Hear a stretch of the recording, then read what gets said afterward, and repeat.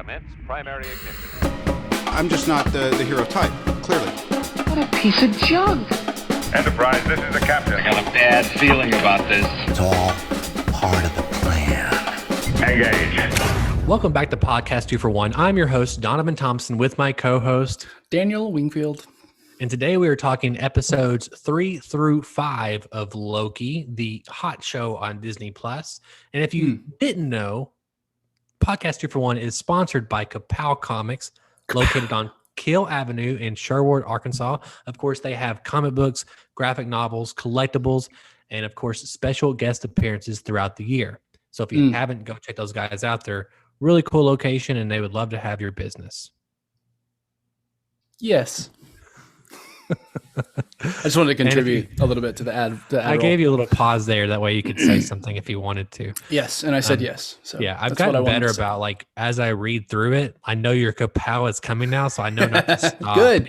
Good. Because that's like the thing now. So well, I'm trying to like do it in a way that like is like an accent to what you're saying, so you don't have to fully pause. You know, exactly. Yeah. So we're getting better at this. We're getting better at it. You know, Xbox, Apple, whoever wants to advertise next. See, we're getting better. Yeah, we're getting much better. I almost said we're getting really better. That sounds awful. We are. We're getting really better. But if you haven't already, subscribe to our channel. It's youtube.com/2for1studios. Of course, you can check us all of our cool content out at 2for1studios.com, as well as all of our Instagram and Facebook and all the TikTok, all you crazy kids and all your social media platforms. We're all on all of them. We are. No, I can't think of the word. Never mind. Go ahead. Omniscient. We're hip and we're cool. That might not be it. Omnipresent. We're omnipresent in social media. There you go. We're basically like gods in social media and stuff. That's what I was going for, subtly. I know. I went pedal to the metal on it. But yeah, no, if you haven't, our last episode, we had Jess Carson on the show talking about the writers in the Flash. If you're interested in that, check it out. It's a great episode. Katie actually listened to that episode. What? Wow. Katie, thank you. You won't hear this because you won't listen to this one, but thank you, Katie. Won't. Yeah. But 80 episodes in, she finally watched that one, and she's like, what a great episode. She loved it. She was like, it was so informative. And I was like, yeah, we're not bad at our job. Well, I'll tell you, I think we have been improving. I think, you know, as podcast host, it's one thing to host a podcast and just say whatever comes to your mind. Fairly easy, you know, some say. But you know, doing a good interview, I think, is something we're still like honing our muscles on, as some beefheads might say. So, you know, I think I was really proud of us. I'll say that I was really proud of us for that one, because I feel like we did a really good interview. Jess was Jess, which means amazing. And again, great. Jess, I'm sure you're listening to this one, Jess, because you committed to listen to every episode subsequently. Yep. And in fact, to go into the backlog and to watch all those as well. So thank you so much, Jess, for doing that. She didn't do it on air, so you won't catch it in the episode, but I promise she said that to me specifically. But yeah, man, it was a great episode. So wonderful. And I can't wait to do more like that episode. Me too. So let's get into, it's kind of weird because we not behind, but we have decided to talk about episodes 3 through 5 of Loki, and we only have one episode left. But one thing I do like about that is that hopefully we can get Travis on for the next episode to talk about the finale and also talk about the series at large. So it kind of gives us some breathing room, because typically when we do this, like the last episode of these series, we're trying to always get to the last episode because that's where all the juice happens. But now we get to just solely talk about that next week. So that's kind of a cool thing. I agree. And especially because obviously if you've watched up to this point, going into the last episode, there's a lot to answer. There's a lot of questions that will be answered, and assuming that it will break that, you know, potentially break the universe wide open, as some may say. But sorry, go ahead. What was your question? No, you're good. I was gonna say, let's just kind of go ahead and start diving in here. So we have we did one through 2 already. Now we have 3 through 5. Episode 3 was called Lamentis. Or Lamentis. I can't say, because it's like lament, like the word lament to be like. I can't speak much English. So the last thing we saw in episode 2 roughly was Loki, and now we know her name is Sylvie, being transferred to another part of the multiverse where apocalypse is happening on a desolate moon somewhere, or desolate planet, and we don't know what's happening, right? So this whole episode is basically it sounds weird to say a bottle episode, but it is though. I mean, it's not. I mean, traditionally, I guess it's not because they're not like in the same room, which would typically be your bottle episode idea. But it is. I mean, it is. I mean, it all takes place basically on the beginning of the episode is in the TVA because I remember like she sets off the bombs, she runs off, he follows her to the TVA, right? And then they run. But yeah, I mean, it is mostly on Lamentis, but I mean, I thought Lamentis was a really beautiful planet. I thought the visual effects was really great. I thought the whole time I'm watching it, I'm assuming these are like, it's some like big important planet in like comic lore. I don't think it is based on my like light research. So. It is in comics and I do like that. I think that's cool. But generally, I mean, I think it was just, and I don't hate that. I mean, I don't feel like everything we see or visit in the MCU has to be some deep cut, foreshadowing to the future of something. But right. I liked the planet. I thought the planet was really cool. I liked the whole hiding in the apocalypses idea. Like that's how she's hiding from things. I really liked that. I thought the chemistry that this episode is really where it starts, is the chemistry between Loki and Sylvie is really good. And I just really enjoyed them getting to know each other and trying to figure out if and how they could trust each other. I just think I enjoyed the episode a lot. It wasn't like, I wouldn't say it like blew my socks away. I don't feel like there was any like huge reveals that like, I don't know, made me gasp or anything, but I really thought it was like a quality episode and one I really enjoyed. Yeah. I will say this, having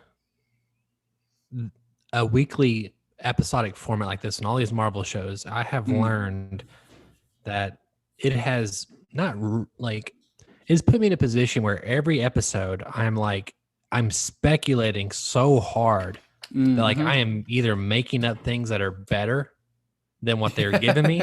Like I'm like, this is what's going to happen next week, or this would be a great idea, or this is how they would fix this problem in this episode with the next episode. Whereas in a movie, it's 2 hours and I get the whole plot right then. Yes. Yeah. And then I get to speculate on like further implications of the MCU, but typically it's contained enough where you have a beginning, middle, and end. But now you that don't I'm get like waiting, these like moments to like speculate and like hype yourself up every hour into the plot, basically. Yeah, basically, and it's drawn out over 6 weeks or something. So it's like this. It's a tormented thing that Marvel has done to me. And here's why. I decided it was a bottle episode because, and to be fair, the whole show so far is kind of like this. It's a lot of talking. It's a lot of talking, and this episode particularly, it's talking between them two, and then something is happening that is pushing them to just the next location to talk some more. Right. That's the whole thing. And the idea behind that, you said the chemistry is just to kind of get a feel for who Sylvie is, their relationship. And obviously we know by the end of it, it feels more romantic than beforehand. Yes. Than how it started. I do think that for me, I kept thinking that there was something else afoot here. Just the way there was some things like, I thought it was really weird that Sylvie fell asleep on the train. I thought it was really weird that Loki caught that building. I thought it was, and I thought it was weird that Loki would put himself on a planet that he didn't have an actual way out of, because Loki is always supposed to be X amount of steps ahead. It seems like that's not always the case in this show. It seems like Loki he's really good at planning ahead. He's not that great at thinking on his feet. Well, I mean, I feel like that's kind of the theme of the show, though, is to turn his character and put his character basically out of his comfort zone, which is in a place where his powers don't work, in the TVA at least. He's not the top dog, or is he doesn't even really have an idea who the top dog is. It's a world, he's kind of a fish out of water in a lot of senses, right? And I feel like that is, to me, part of why it works being so talky at times, because I feel like we're getting to actually tread new ground with Loki. And I hear you, and I think you're right, but I think it also makes sense if it's a Loki show, there's going to be more talking than if it's a different character's show. Because I mean, I see Loki is the talker. Loki is the guy that he's the con man. He's the smooth talker. I mean, I'll say this. You're right. And well, I mean, the thing that I think, to your credit, I can watch Tom Hiddleston almost do anything for X amount of time. That's exactly right. And that's a saving grace for the show, and just it shows the power of their casting and all that kind of stuff. But I guess my point was the power thing where he catches the building that actually gets answered in episode 5, which we'll get to in a minute. At least they give a subtle reference to that. Right. But to me, I thought there was just some things like again, her falling asleep on the train. For that, I kept thinking at the end of the episode, okay, they're at the end of Apocalypse. He's trying to find out information about the TVA because this is the episode where we found out that the TVA, yes, you're right, is not, or they're variants of whoever. And it was a subtle comment she made, and he's like, "Huh, what?" And because of that, I thought that Loki had basically enchanted her at some point and was extracting information that he wanted because she fell asleep on the train. He's drinking, all that kind of stuff. And it felt like a moment where he was going to be like, hey, I pulled one over you now, and now I know information about the TVA that you didn't know you were giving me. But the only thing that was stopping me from thinking that was because the episode actually ended on a cliffhanger of the world ending. And I thought, well, if that was the actual plan with Loki, as a writer or as a person scheduling out TV, they would want to wrap that point up in a bow. Yes. So I was kind of like, well, maybe they're not doing that then, even though I think it's a great idea and would show Loki is actually smart and tricking Sylvie itself. It really does seem I like the honest interaction between the Loki. Like it's almost like this level of like the Loki can only actually be genuinely honest with himself. No, you're right. You know what I mean? And like No, he can't trick himself. Like that's the one person he really can't fool is himself. And that's kind of like it's a meta level, because it's kind of like even the first episode was, and he's like chuckling at his glorious purpose. And it's kind of like he's done fooling himself. He's done pretending that he's anything different than he is. And I kind of like this, like there is this level of like, they almost don't know what to do with each other because they just constantly catch each other off guard because they're themselves.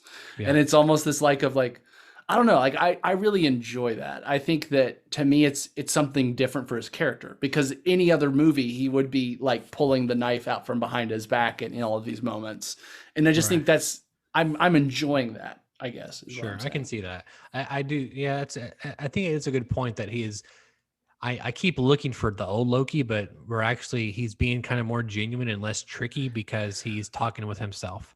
So, it is that, and they did, and I think they did a great job in that first episode of like, here's how it ends, but kind of like he's forced to face the fact of who he is, of who he really is. Right. He sees his life on display, and he gets to evaluate himself of what it was worth or whatever. Yeah. And so it feels like we've deconstructed his ego in like the first episode, and now we're like throwing this kind of newborn baby Loki almost into like the world where, for one, he's still got his own tendencies, and he's still like trying to be in control or take down the timekeepers or whatever it is. But it's also like, once he encounters Sylvie, once he realizes who Sylvie is and what's really going on here, it's like he's caught up in this love story, really, as genuinely as he's ever been caught up in anything, it seems like. I mean, and especially, what we get to in episode 5 is like when he's having these really kind of raw character moments. To me, I think they feel earned because of what's been happening in these earlier episodes, because it's like, well, there's something different with Loki and Sylvie. Like he does not act this way around anyone else. You know what I mean? You're right. No, we've never seen it, but it feels to me, I guess to me, it makes sense. I feel like they've tracked that progress enough for me.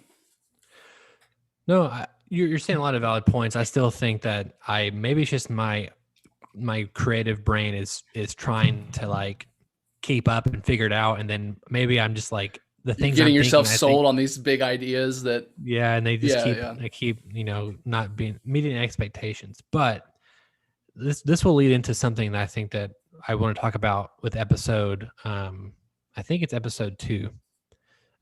So the beginning episode, let's go ahead and go to the Nexus event, because this kind of all ties together. Sure. Which is episode 4. Yeah.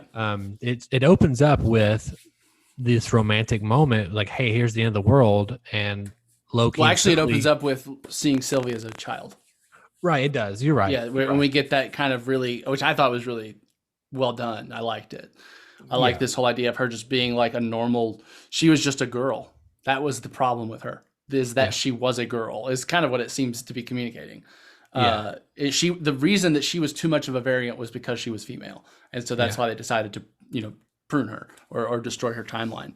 But I thought it also to me, it made so much sense with the Sylvie we got that she's literally been on the run since she was like 10 or something. Yeah. Well, there's a line there too about like her whole life has just been witnessing apocalypses. Yeah, exactly. Which is like the worst thing ever. You're just watching destruction over and over and especially if she's that age. I mean, she's at least like 400, 500 years old. Right. Yeah. Yeah.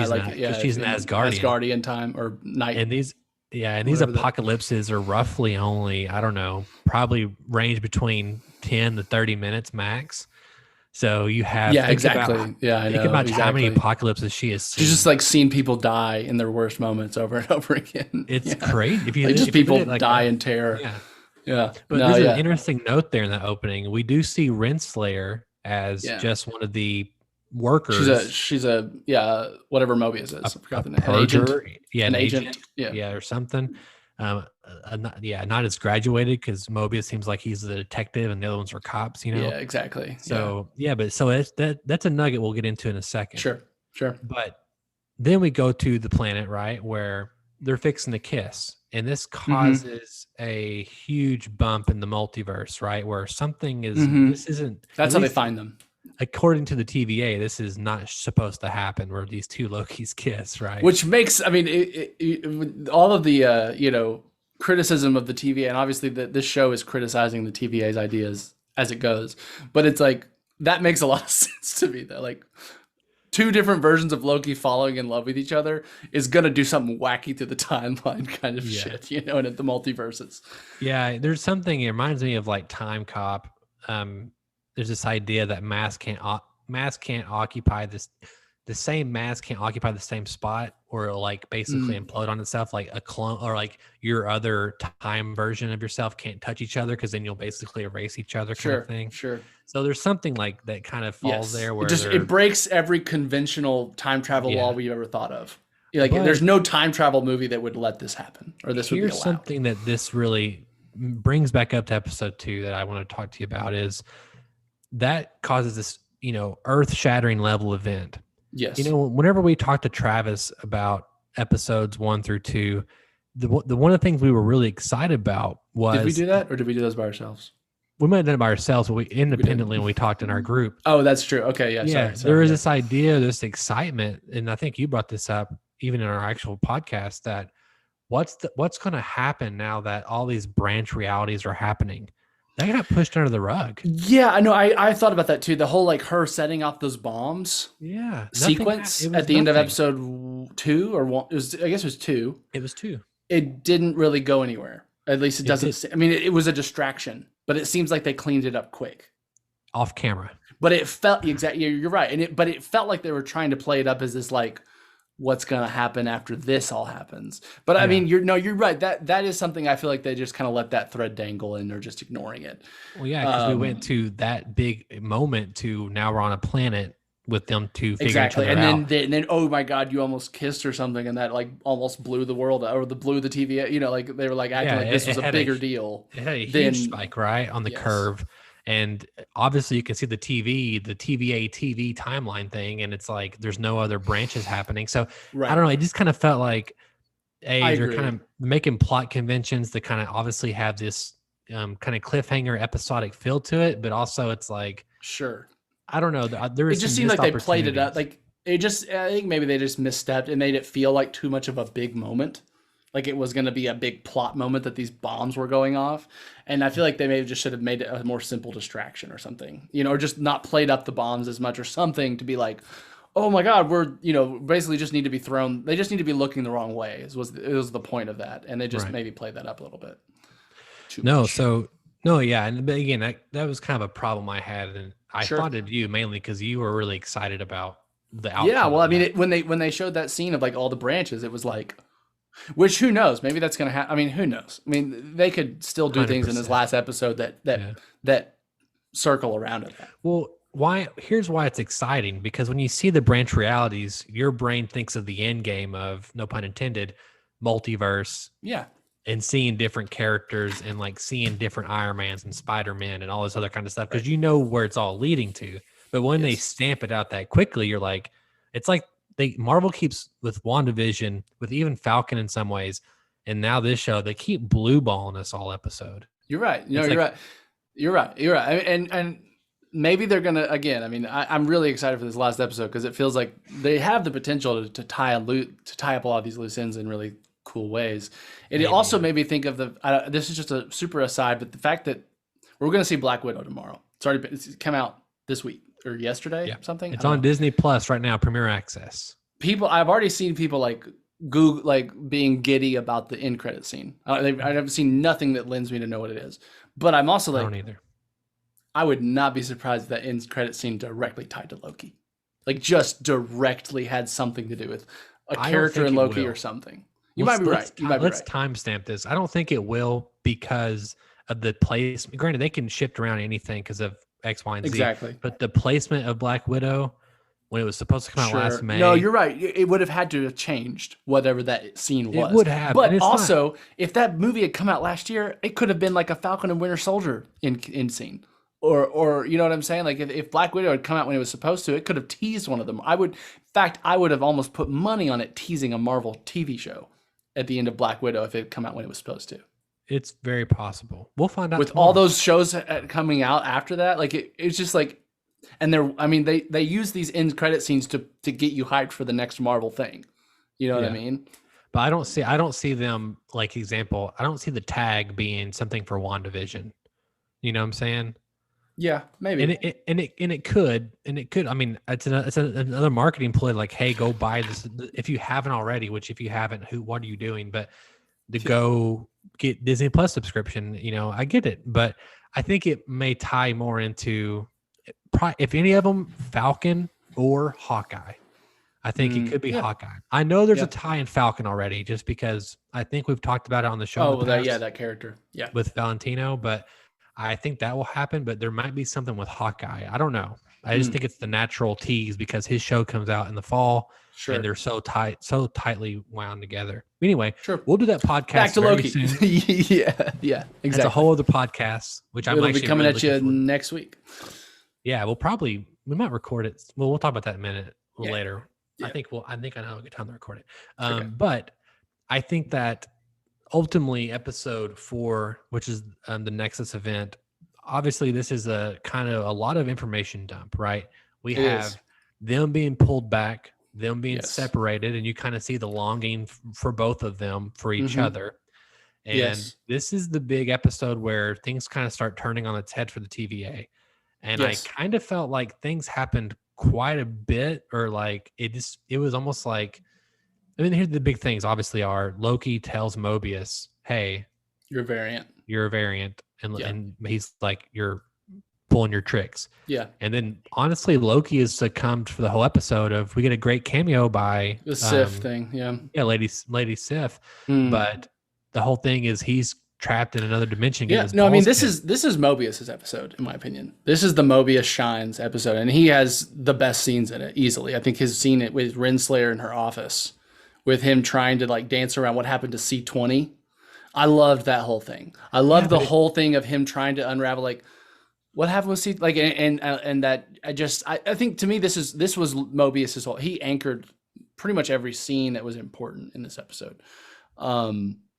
Besides the Sylvie stuff, I guess. Or no, because that's right, because she won't let him interrogate her. He wants to, but she won't let him.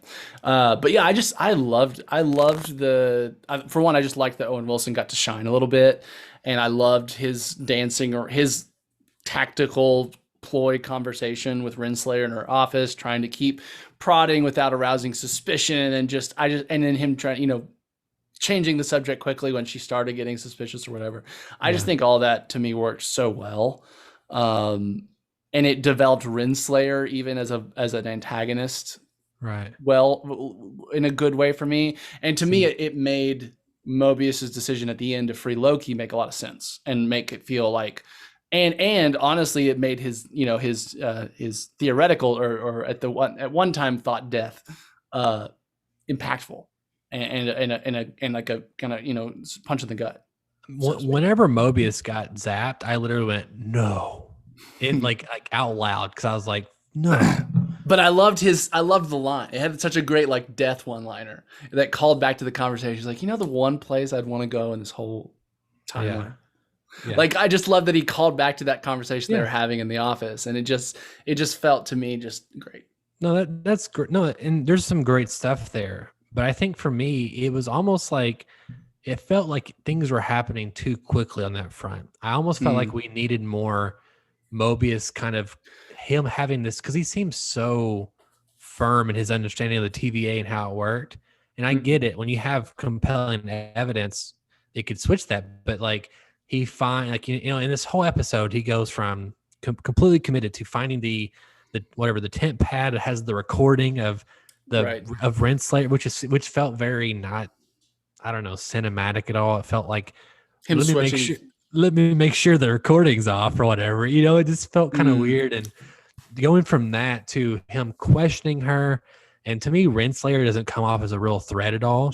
I don't know, just the actress or whoever. She comes off as like an insecure boss, which I think works as like, I think that I feel like that's what they're going for, is kind of this person that's accumulated some sort of power of authority and is trying to protect that their power and authority, really, and the safety that affords them or whatever, I guess. Well, there's some things about that we'll get into, but I another thing that's like, okay, I will concede Renslayer, I think, is a weaker part of the plot. I think she, especially when we get to episode 5, just feels a bit like she doesn't know what to do, or we don't know what to do with the character, or like we're just spinning our wheels with her. It really seems like she's flip-flopping motivations, or even how she talks. If you think about it, she's not, like, she technically always goes back to the same, like, she's always going back to trying to figure out what's going on. But the amount of times the show tries to pretend that she's not just gets silly by the end, where it's just like, well, you're doing the same kind of, but what you really want is to know what's really going on. But I feel like we've had that kind of like, moment with her like 3 times in the same episode. Yeah, that really bugs me in episode 5, which we'll get into. But no, I mean, again, there starts asking interesting questions, because we see Renslayer as a cop, right? TVA cop. And then we see kind of like the captain, or like the hard nose, or whatever. And then we see her now as she's a judge, right? She does judge her. Like she's not only the boss, but she also judges. And we saw a guy play the judge with Sylvie as a kid, or with somebody as a kid. In the flashback, we saw that Renslayer has not always been at the top. No, right. I mean, they're obviously some sort of promotion system, but I mean, I feel like she's the top person at the TVA currently. Is how I mean, she's the police chief. Yeah, and another thing my point about, and in the TVA as judge. I mean, I guess if you're the police chief, you're also the judge or something. Yeah.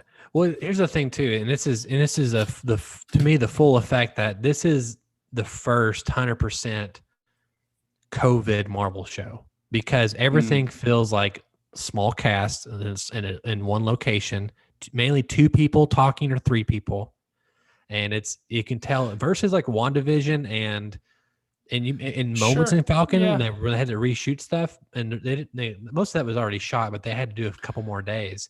I mean, I think I hadn't thought of that, or hadn't really noticed it. The TVA feels but that small makes sense for how big of a sector of the universe and how much it's supposed to be controlling. It does, but I feel like it makes sense in the world. Like none of it is making me question the world as far as like, but am I what's that idea of like cognitive dissonance? Is that what the idea that like you're a suspension of belief? I guess none of what you're talking about is affecting my suspension of belief, because to me the TVA always felt like that. Like I think we talked about, it's like a trick house. It's like it's only got 4 doors, but it has like, or there's only 4 levels on the elevator, but it's a 20-foot tall or a 20-store building, or you know what I mean? Like it just never makes sense. Like there's always. It breaks the laws of physics and gravity and all of those kinds of things. It doesn't have to care about that. So, and we did actually, you think about it, in the first episode, we got more crowd shots, or more like group shots, than we've gotten since. So like all the workers in the rooms with the Infinity Stones, like there was more like kind of going on in that episode, in those earlier episodes, that were like trying to show it as being a bigger place. Sure. And I think they just kind of gave up doing that later episodes, because it's just not plot necessary. I hear what you're saying. And I think you're right. I think, especially thinking about now, you're like, there's a lot of just 2-person scenes. which is very COVID friendly. But like I said, to me, it's not affecting any of my suspension of belief because I feel like they're doing a good enough job building out the lore of this world and really just world building to the point that I buy into it. And I'm into this world. I'm into this TVA. I'm into this, kind of Twilight Zone-esque story. And to me, you can kind of justify all that with that premise without, to me, having to feel like we're having to like go out of our way to blatantly justify it, I guess. No, I mean, to your point, the ultimate way to justify this is to say that the TVA is completely smoke and mirrors, which it seems like it is. It seems like that's everything. I mean, we've got no evidence to the contrary, basically. Right. I guess it is this weird, like, it's a weird meta thing where it does kind of work out for them in the case of COVID. But I still think that in order for the deception to really have paid off, it would have been nice to make the world feel even bigger. Almost like the FBI in WandaVision feels much more sophisticated and larger than the TVA does. You mean the sword? Sword? Yeah, sword. I said FBI, but well, there's FBI and sword. But like that's true, the sword in WandaVision, I know. But yeah, but again, I guess that makes sense to me because I feel like the TVA again is just this like, I mean, the TVA exists in a different dimension. At least that's what we're theorizing. We saw the skyscrapers and we saw the potential, and it could be. Yeah, but to me, I don't know. I guess I'm still thinking that was all bull because for one, we've never seen it again. And it was like, it was kind of like, look at that way over there. And if we get that moment where someone makes a switch and it goes out and it's that whole thing was fake, and like that would be great then, and that would kind of ultimately fix. I don't think we're going to get that. I don't think they've thought like that. I don't know. I do. I mean, everything. I feel like everything so far. I mean, even okay. Let's jump a little bit into episode 5. What's the fucking shark's name? Alioth. Alioth. I was thinking the whole time that Alioth is smoke. Like, for one, it is literally a smoke monster, and so I'm thinking like this is BS. Like, I'm honestly thinking like if it really eats you, maybe you don't actually still die or something, or maybe you do. But like that, this was another like level of the smoke and mirrors to me. It seems like there's so many levels. Like it's like this is this big smoke monster is like the it's the projection of the wizard in Wizard of Oz kind of thing. And you got to get past it to get the real guy behind. So to me, this all just feels congruent with that idea of like the first episode was like, we're the TVA, this is how it all works. And every episode since has been like, not really actually, or actually let's reveal what's actually going on here. What's this and that and that. I think I'm fully expecting at this point us to be like, yeah, the TVA is just was on. I mean, I wouldn't be surprised if the TVA was created specifically to like trick Loki. Well, or something like that. I've got a good theory for you. So I mean, I guess I hear what you're saying. I guess to me it feels intentional. And so I'm really hoping it is. And granted, I'm gonna cut them some slack, obviously, because it's hard to shoot 1 minute of film period and to make it successful. It's even harder to do it in a COVID landscape. So, I mean, I'm being very picky here. But before we get to episode 5, I do want to do a small break here and ad for our good friends at VCM Reviews, hosted by Zach and Caleb. They talk about video games, comics, and movies, all the same great things we talk about here at Podcast 2 for 1. And before we get into episode 5 and all the crazy implications that we have and all my cool theories, let's have a small break and listen to them for a second. Listen, DC movies are the worst. They can't do it. They copy Marvel, but they don't do it well. Stop it. They're the worst. Think about it. Suicide Squad. No. Fail. Green Lantern. Flop. Okay. How did they make Ryan Reynolds bad? I agree. How do you do it? I agree that the live action sucks, but man, the animated stuff is where it's at. They did it right there. You need to check that out. All right. You have a point. Well, to hear more stuff like that, listen to us on VCM Reviews. We review video games, comics, movies. We debate, we chat, we discuss. We love our nerdy hobbies. I'm Zach, your host. And I'm Caleb, your host. Please come check us out, VCM Reviews.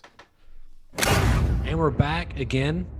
Go check out VCM Reviews, Zach and Caleb. If you like listening to our show, you'll probably love listening to theirs. They probably Way better That at their means jobs they're than better we than are. us, right? Because if you like our show, you'll love theirs. That's what I'm saying. Like we're just two guys floating in the Yeah, TVA, and if you so love to their speak. show, you'll generally like ours, like a mitigate, like about half as much. Really, Podcast 241 is all about pointing you to other people's work. Exactly.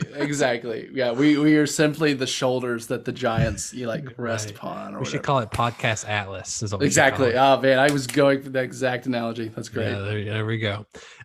Anyway, let's talk about episode 5 and the end of episode 4 here of Loki. So at the very end, to recap, which is again weird that if Renslayer's true intention is that she's trying to find out who's behind the TVA, which we find on episode 5, she brings them to the timekeepers, right? Which is also that. I guess my assumption is she doesn't know the timekeepers are fake until they get destroyed either. I don't think she had. Did she have a look of awe around her when they get destroyed? I don't think she did. I don't think she looked like she knew. I mean, I'd have to go back and rewatch it specifically that scene. But I mean, I feel like coming away from that scene, I was like, oh, she didn't know about this shit either. Yeah, I mean, maybe, but like, here's another thing: the TVA and their whole thing, they are the worst fighters. They are like, if the Avengers ever got snuffed, they would only the take TVA, one Avenger. They would take one. I don't think they could take one. I don't think there's a single. No. They would only send one Avenger. They wouldn't even need the whole group. Yeah, that's what I'm saying. In fact, Rocket Raccoon, you go take care of that shit. It seems like it's such a folly, like how easy their fights are, and even I mean, granted, the choreography is not that great for them, but I mean, to be fair, all they've shown themselves to be is a SWAT team with shiny sticks, with pruners. You know what I mean? And I will give a shout out here. I think we glossed over it. B-15, the one SWAT team member with a shiny stick that's like had a name and like development. I thought her arc has been really nice. I've really enjoyed how they've changed her, and I feel like it's been gradual enough. And like they made her like a very antagonistic character in that first episode that you didn't like, and now she's coming around to have that great like moment with Renslayer. At the end of the episode, she's like, bitch. Essentially, that was what she said. Well, I mean, here's the good thing about this show, to kind of get on a small tangent, is that if you like any of these characters, there's a potential superhero version of them out there of the main timeline. And even if it's like a totally different version of that character, you're going to bring all the I say baggage in a different way. You're going to bring the baggage of the Loki TV show, and you're going to put the things you love about them on this new character, even before seeing a word spoken from that new character. So like Owen Wilson, and this is not me actual thinking this, he could be, Adam Warlock from Guardians 3. He could be Adam Warlock, right? And you would like automatically like Adam Warlock a lot better or a lot more because you have Owen Wilson being as Mobius in the TVA. You know what I'm saying? Like, that's not me saying that's what's going to happen. That's just an example. I think it'd be a great idea, but I mean, I'd love to have Mobius. I think Mobius has been not the star, but in some ways the star of the show for me. In that way, I mean, I think why I watch it. Loki is still, but honestly, the Loki Owen Wilson or the Tom Hiddleston Owen Wilson chemistry has been fantastic. I would take more buddy cop movies with them, like as a pairing. There's a universe too where whoever I'm going to say the sacred timeline version of Mobius is, whenever there's a way to merge these characters also. Where he's like, what? I'm not Mobius. I'm again Adam Mobius Warlock. Prime or whatever. Yeah, I'm Adam Warlock, but I have all the memories that we shared. Of course, other multiverse, and so it's there's a way that they could do that. They could get Loki and combine him back with Prime Loki, and he could survive Thanos or whatever. Mm-hmm. But who knows? But the whole thing there again, we have the timekeepers literally being decapitated. Which is kind of weird that if they're literally available to look at and have this ominous presence, why would they not show Mobius anytime he wanted to? You know what I mean? Like, what's the big secret then? Like if you have the Wizard of Oz thing, you would want to scare your subservience into thinking they're pretty damn convincing that they're real. Well, I mean, that to me is just proves that Renslayer was being fooled as well. Maybe.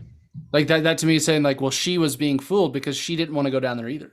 I mean, these other cops, than you'd be right. I would think these other cops got to see her. see the timekeepers. You know what I'm saying? Yeah, but it seems like they don't do it unless they have to, kind of thing. Maybe. Guess. Yeah, I don't know. maybe you're right. Maybe you're right. And maybe that's the explanation. But like, I don't know. There's just something there. Again, there's just all these smoking. It seems to me that, I mean, I feel like they even like underlined it twice in the episode of like, no, Rin, like, because they had those moments where like, actually, you don't actually know what's going on either. That's what I think. And like, you want to figure out what's going on just as much as anyone else does.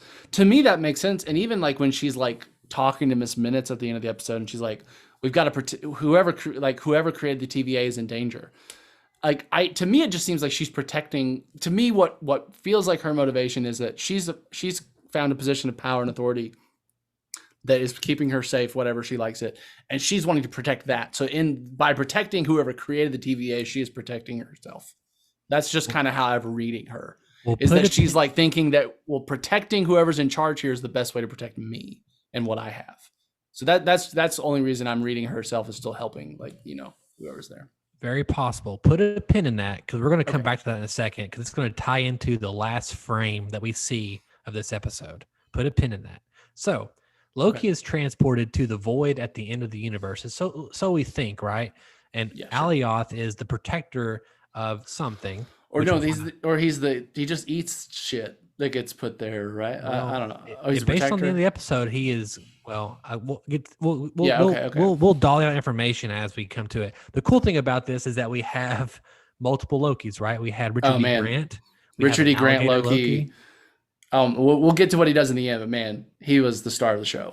Oh, easily. He was awesome. Easily. In the classic 616 comic universe garb from the original. Yes, I loved it. And he feels like a Shakespearean actor the whole time, and it's just the best. It's awesome. And we have Gator Loki. We have Kid Loki. Kid Loki was okay to me.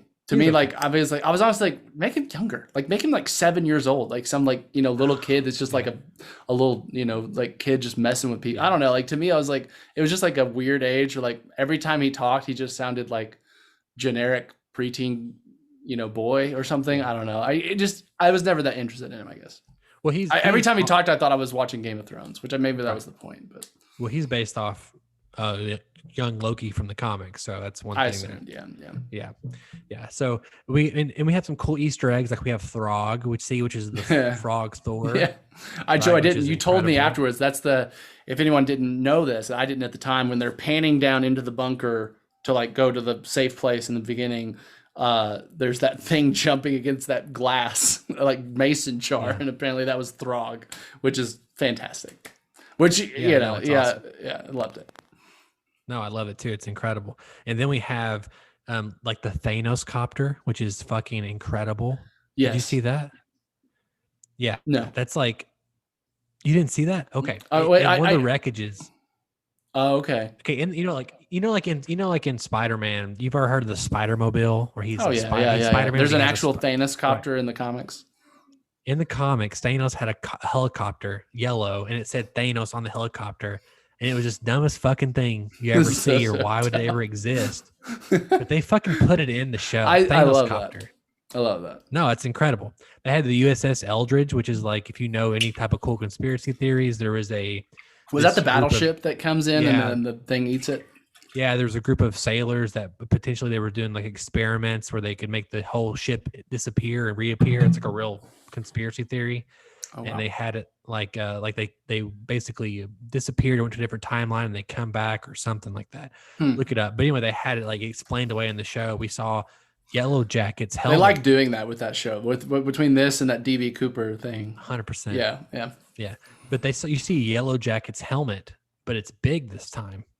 And I had just watched Ant-Man last week, and I told Katie, I was like, you know what? With Quantumania coming out, which we know Kang is the bad guy, I was like, I could see him coming back, like, because he gets like he does get his limbs like sucked in or whatever into like the quantum realm, but he could survive that. It's Marvel. Yeah. And it was announced yesterday. They're not announced, but it was like heavily rumored and publicized that Corey Stahl is coming back to play Yellow Jacket for Ant-Man 3.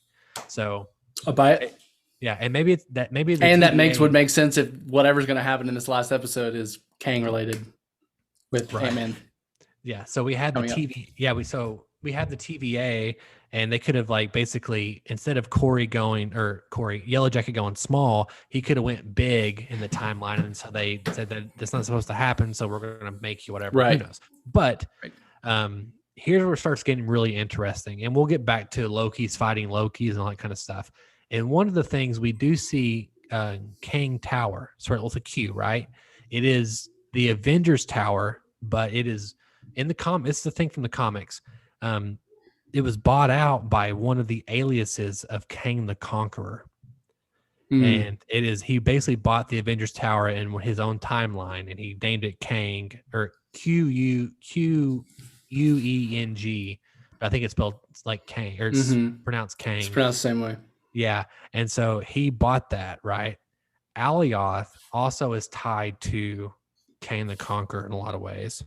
In the comics, there's a place called Chronopolis, which is the home to Kang the Conqueror, right? And it's basically like a city or a castle that he lives in. And one of the big things is there's a character called Terminatrix, and she is the love interest to Kang the Conqueror. Terminatrix, her other alias, is Renslayer. Oh, well then that's who that is. I mean, that seems obvious then. If we're going into the multiverse with the MCU, and TVA is really our first step into that, I could totally see that the TVA was ultimately created, and Alioth is there he is eating shit, yes, but he's ultimately there to imprison Kang the Conqueror. And Kang the Conqueror is there at the end of time. He was imprisoned by somebody.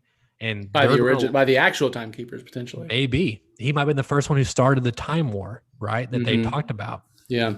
And basically, this is going to unleash Kang the Conqueror into the MCU. And he will be, because he's one of the biggest Avenger bad guys, is Kang the Conqueror. Yeah, right. And we know he's going to be a bad guy in Quantumania. So maybe this is him being released. I mean, it all makes total sense to me. I mean, I think that seems to be like like where we're obviously heading to some degree, right? Which is incredibly exciting, in my opinion. To be fair, Marvel has now done this to us a couple times. I'm still waiting for them to explain Ralph Boner in this finale. To be honest, it will be a great finale if they do everything, but if they don't explain Ralph Boner, missed opportunity. I mean, but anyway, I think hopefully that's where we're going. I don't know if that's my ultimate big speculation here.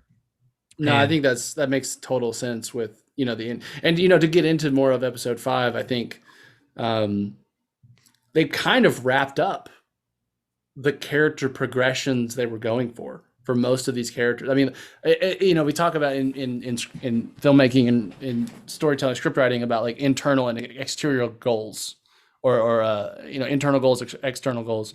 I mean, the external goal is kind of the only one left in some ways after this episode. We get Loki getting further, almost kind of looks in the mirror from different perspectives with all him meeting himself. The whole betray on betray, like that was it was like I felt like I knew what was coming as it was happening. Like, right. Oh, that's going to betray them.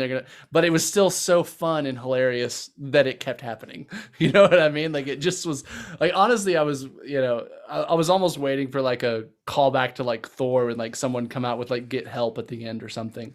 Or something like that. But I loved all of that. I loved President Loki.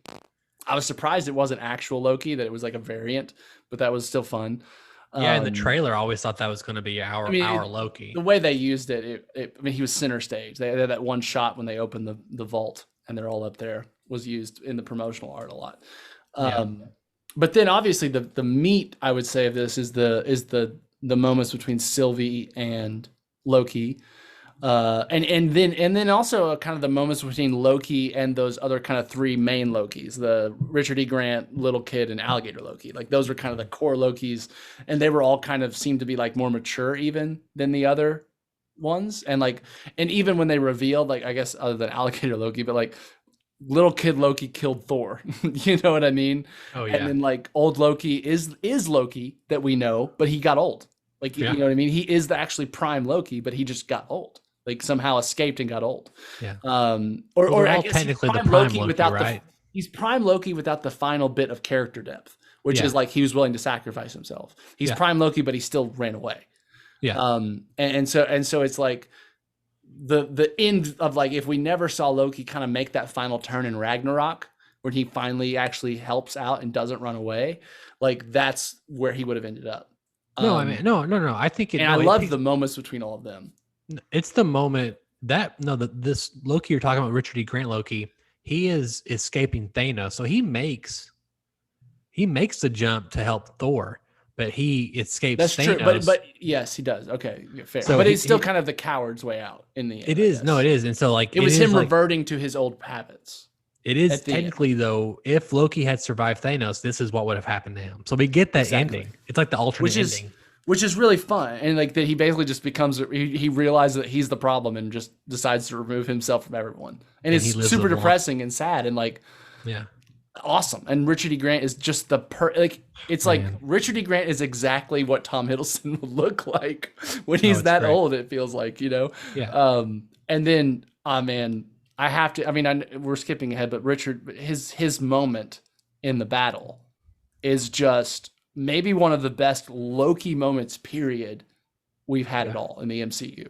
Just that, like, when he's like, when he walks out there and then, but then he's like glorious purpose. Like, it's just like it makes me like want to be Loki in that moment. It's like, we're like, I wish I was Loki, like in being that badass, you know what I mean? And then when he's just like laughing maniacally when Alioth gets him, it's chef's kiss is what it is. Oh, yeah. Chef's motherfucking kiss. It's so good.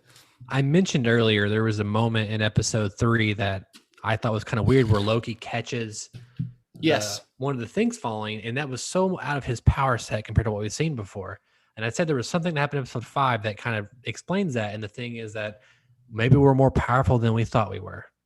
Yes. And it's that whole idea of you have something deeper, more profound inside of yourself, and you're unlocking that in a moment of go beyond plus ultra, right? So basically, it's that's a great moment, you know. Of him also getting the sword from young Loki, which is a thing from Norse mythology and also from the comics. Yes, I liked that too. The sword looked a little dopey. I'll be honest. It was like a all gold sword. Didn't love the look. I'm a huge sucker for swords that catch on fire, and you would know that. No, you're right. I am too. If you read my feature film, Daniel, which you have, you would know I'm a big sucker for swords that catch on fire. Yeah, I love swords that catch on fire. Yes, it's a cool thing. And anyway, that it kind of explained that there, and it was just a gregreat triumphant moment between them. Oh, man. And it was the high point of the show for me so far. I think was that big moment.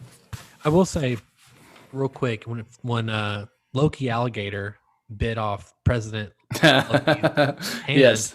Here's, it's kind of meta because Disney also, there's Peter Pan, an alligator bites his hand off, but then also Loki or Tom Hiddleston played Captain Hook in an animated movie.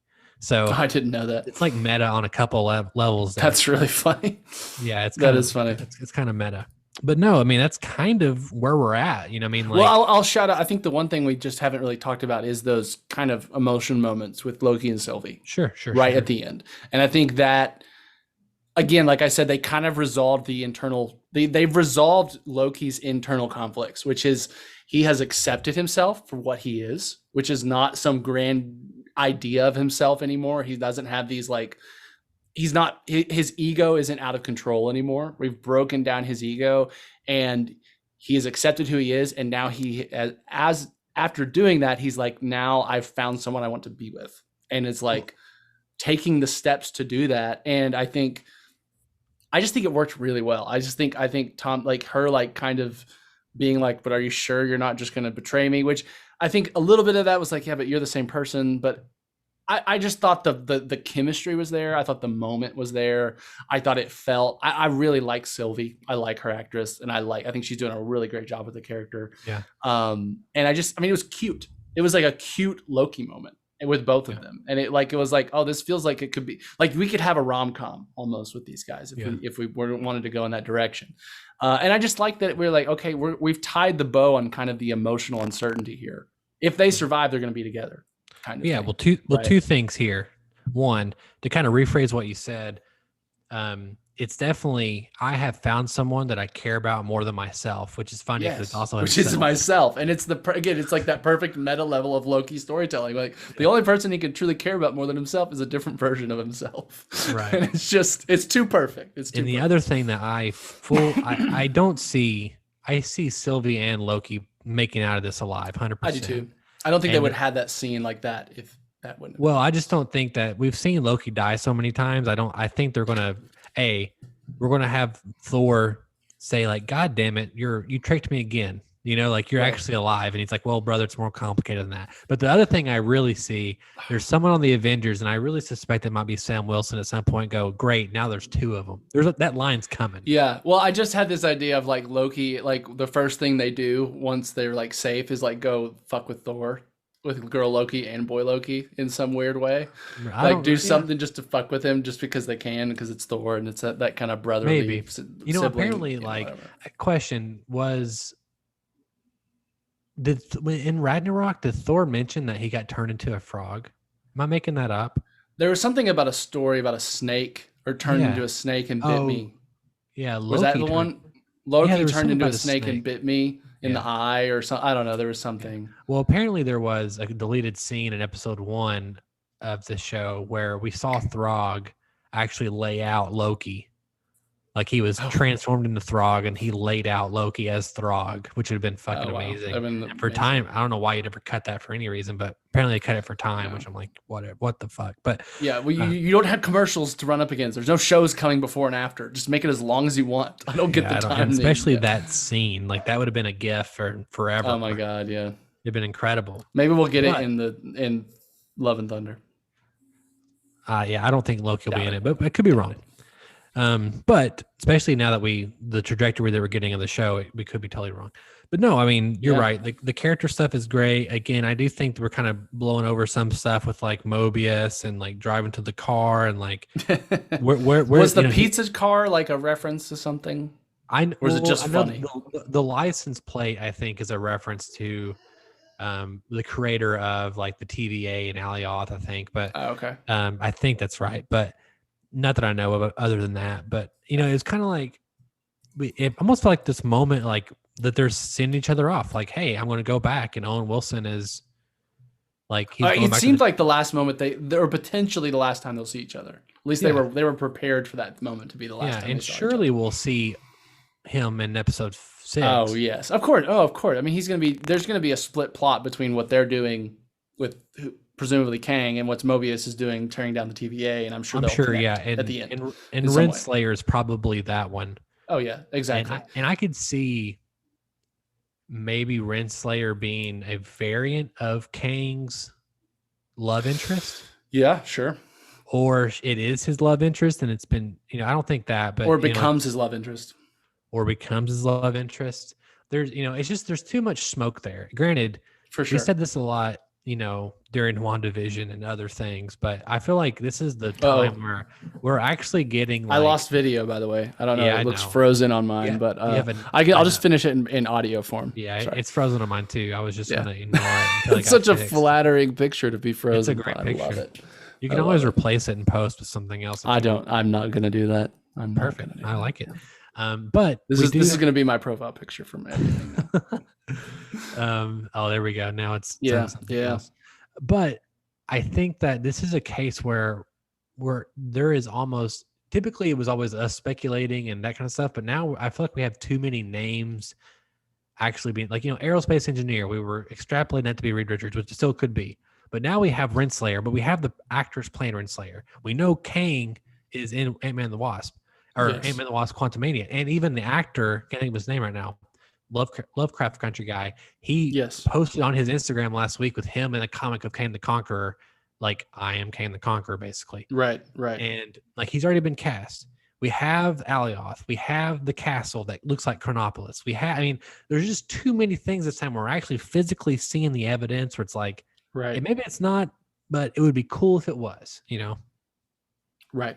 No, I agree. I think, I think it just seems impossible not to be Kang. I'll be kind of shocked if it's not, or if it is, it'll have to be some kind of like I don't know. It's not Kang, but it is in It some could be weird Dr. way. Doom, I guess. But Yeah, I don't know why they would do that. They're not gonna do that. They're not gonna. That would just be out of nowhere. I feel like, and they're gonna save him for something big, or some kind of big reveal. Yeah. I guess we'll see. In about 4 days from now, 5 days. I don't know. Yeah, we'll see in a couple of days, and we'll also have Black Widow, separate episode, and we'll talk about that Yes. as well. And maybe that will even, I'm sure that will lead into Loki. We'll talk about Loki. Oh, yeah. Talk about how There'll be Black a Widow lot had of nothing to do with Loki. MCU to talk about. In fact, I mean, I wouldn't be surprised if I would assume our Loki finale episode will probably incorporate some Black Widow discussion as well. That's what I'm saying. Yeah. Yeah. And we also have What If coming up pretty soon. Ooh, man, that trailer. Yeah. It got me so, I mean, like, it just, for one, I didn't realize the art style that they were going for, and it's gorgeous, and this kind of crazy, like, blend between hand-drawn and CGI that is just really pretty. And so for one, it just is good to look at, but then two, it's just like the stories they're telling are just going to be so fun and just like badass. I just can't wait for that. No, it looks great, and I'm excited to see what happens with it. And more importantly, I'm wondering what bleeds over from that into live action. Well, because it seems like they have that, like, that mystery character silhouetted at the end too. Like, it's almost like someone's telling us these stories. And like the narrator voice too, of like what happens when you just ask a simple question, what if? Yeah, and it's like got this. Is that is the guy? I can't think of his name. He's in Westworld. He's Jim Gordon in the new Batman movie. Oh, I know, the actor, but I'm wondering if he's going to be like the character that, like, maybe he's some kind of dimensional character, or he's the Watcher, is what he is. Oh, he is. Yeah. Okay, he's the so Watcher, I've heard that before. Yeah, so I'm saying I would not be surprised if he is the one that kind of proceeds from that show. 100%. We saw some Watchers in the end credits of Guardians of the Galaxy Volume 2 when it kind of explains Stanley's cameos when he's like looking up at the big-headed Watcher guys. That's right. That's what they are. That's right. But there's one Watcher, cool. which is who this guy is. He in the comics, like if there ever a big Marvel event happens, the Watcher pretty much shows up, and sometimes he does intervene in events, just even though he's not supposed to. But he basically, whenever he shows up, like example, when Civil War happened in the comics, they're like all in the big room, like all the heroes are discussing, like basically yelling at each other, like their opinions, and all of a sudden the room goes quiet because the Watcher appears, and everyone's like, "Fuck, this is a big deal now. Like we know something bad or something's going to really change because he's here." So his presence always spells. So, I mean, I always assumed What If was going to be this kind of just isolated thing, but now I'm thinking like we're already getting into the, I mean, if theoretically next Wednesday, the beginning of the multiverse and the Kang saga begins in an official way. And if that's true, then the Watcher seems like a pretty important character that would be involved in that plot overall in some way. So, I mean, I was kind of assuming, it's going to be this fun little What If animated show, but I mean, it would be amazing if they end up pulling him out of it and he becomes this recurring character. Yeah. I mean, I think that's awesome. I think that's great that they're tying in what could just be kind of short stories into the bigger picture. Yeah. Well, there was some leaked art a couple months ago, and it was the Guardians of the Multiverse. And oh, wow. And it's, it's like the Guardians of the Galaxy, but obviously we're traveling through dimensions. So I could, and Peggy Carter, the actress, I totally see she could come back and be Captain America, but a woman version. Oh yeah, 100%. I mean, and like seeing all of these characters in animation, but eventually seeing them in live action later on. Yes, 100%. When we get Secret Wars, bet your ass you're going to see Captain America, Peggy Carter, or Captain Britain, I guess. But Killmonger, he was somebody. Was he just Killmonger that met Tony Stark early, or was he just a different? I thought he ends up being someone different character. Like he's T'Challa, and then T'Challa is Star-Lord. Is that what it is? I think he's Black Panther. He becomes Black Panther, and then T'Challa becomes Star-Lord. Yeah, exactly. So it's definitely because T'Challa is picked up by the spaceship by the Ravagers. Yes, so it's very much. And again, I've been saying that for a while that they could bring back him as T'Challa, but maybe they. Maybe this is how they do it. Maybe this is how they. Because I mean, Black Panther is coming after all this multiverse stuff anyway, so it's going to have some hint of this going on. You would think. Yeah, man, it's a big web. It is a big. You know who we need? We need Madam Web to sort out this giant web. Yeah, but Sony has that, and I know. Well, that's fine actually. I know. I would love to see Madam Web. You know who you cast as Madam Web? You cast Aunt May from the original Spider-Man. Oh movies. my god, yes. Oh my god, is she still alive though? Give me money, Marvel. I'm right here. She was really elderly then. Is she still? I mean, she was the perfect Aunt May too. She was perfect, man. There's never been that's the problem. They keep trying to like reinvent Aunt May, and they just keep fucking it up. Just go back to the source. They keep making her younger, and it was the perfect Ben. Also, and I did watch the Amazing Spider-Man again the other day, just cause that's what I do. Yeah, and I did like Martin Sheen 10 times more as Ben just because of the West Wing, because we had. It was Martin Sheen. Yeah, sure. Yeah, and I was like, oh my god, I kind of like this much more now because he's my president and all this other kind of stuff. You know? But yeah. Anyway, it was fun. Daniel, how can our listeners write into us? You can write into bit.ly/241mail, where Joel did last week, and also Prentice. I appreciate you guys. They wrote in to let us know how they thought or what they thought about the Jess Carson episode. It's really great. We really, really appreciate hearing from you guys, hearing what you think of the content or asking questions, whatever you want to do. It's really, it is very fulfilling for us to interact with you because we don't have any other friends. No, I'm kidding. He's not. Anyway, bit.ly/241mail. Let us know what you think. Let us know what episodes you're liking. Let us know what you thought about Loki, etc., etc. etc., etc. Well, it's Split. He goes, etc. Mirror the. I've never seen Split. We gotta watch it. Okay. But I haven't seen Limitless. I haven't seen the first one with what's his name either, Bruce Willis. It would be cooler if you watched the first one, but also the Unbreakable, spoiler, so it's not a big deal. Yeah, it's Unbreakable. Yeah, I haven't seen it. You can skip the last one, Glass. But if you can't hit up our Bitly, you can always comment below. If you're on the YouTube, youtube.com/2for1studios. It is the best place to consume all the content we have at 2for1 Studios, like the podcast, collectors, backflash, and all the other cool things we have around the corner. Again, for all your 2for1 needs, we say 2for1 a lot around here. For all your 2for1 needs, go to 2for1studios.com. It is a central hub for everything 2for1.